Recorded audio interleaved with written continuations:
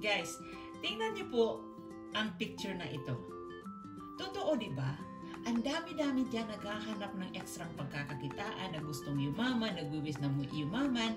And then, pag inalukan mo ng business na proven na 100% talaga is legitimate, pag sinabi mo na may investment, ay aatras na kaagad. Kaibigan, kapatid, magpakatotoo po tayo kung business po ang hanap natin at kung talagang seryoso tayo na umasenso sa buhay. Pagka merong nag-alok sa inyo ng business na opportunity na alam na nag-work na ito, guys, i-take nyo na. Tingnan nyo ang potential. Wag ang investment. Because kung business ang hanap nyo, 100%, kung legitimate yan, 100% na may investment yan.